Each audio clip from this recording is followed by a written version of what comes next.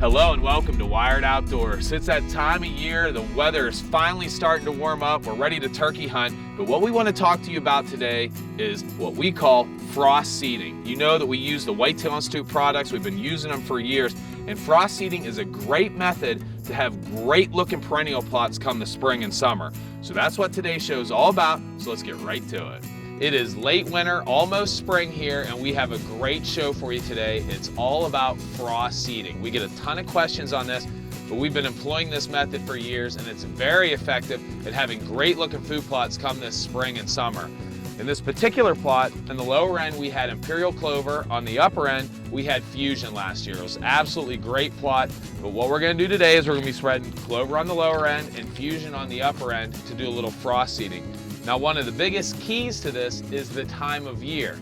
And like I said, I think the last day of winter here going into spring, but more importantly, we're getting some warm days and then it's freezing again at night. So we're getting that thaw, freeze, and that's exactly what you want. So we're gonna spread some seed and give you some more information on being successful at frost seeding.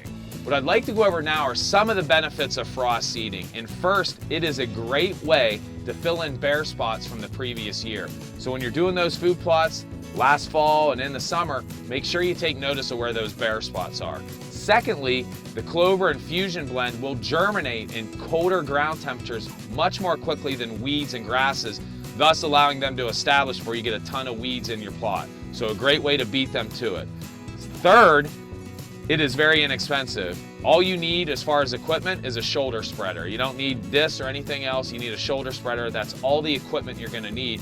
And by frost seeding, it is gonna reduce your costs on average 70 to 75% for a first year plot.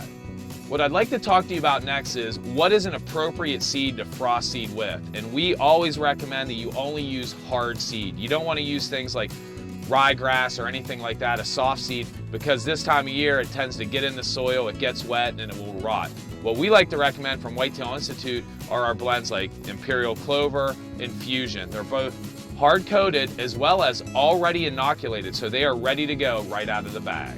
The next question we receive a lot is, how do I frost seed?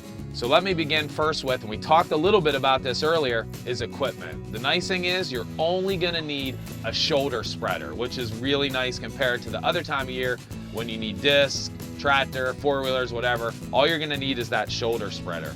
Walk the plot clockwise, then diagonally. If you know where there are thinner spots from the previous year, then put a heavier amount of seed on those spots. A great idea that we tell people to do is, you don't want to do it in the middle of the day when the ground's really wet and there's a lot of mud. Try and do it when it's cooler in the morning or the evening so the plot is a little bit more firm when you're walking around. Now, a lot of people ask, how much seed do I need to spread? And the expert opinions differ. We generally say somewhere between 1/3 and half the amount of seed recommended for a new planting. Others use an even higher seeding rate than recommended for new planting, as much as double, because there are so many variables you cannot control.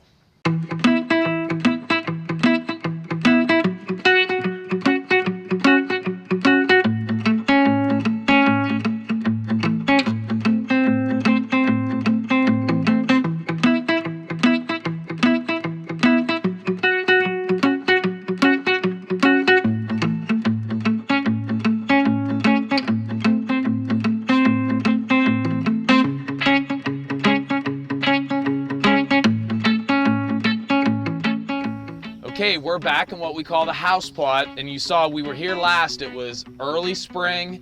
We had a lot of bare spots in this plot, and we did what we call frost seeding. And you can see now, nothing but a gorgeous food plot. Very full, lush. This is what you want. Again, it's the middle of summer here, and this is how effective frost seeding can be. You do a little bit of work in that springtime, you're gonna have a great looking food plot come the fall.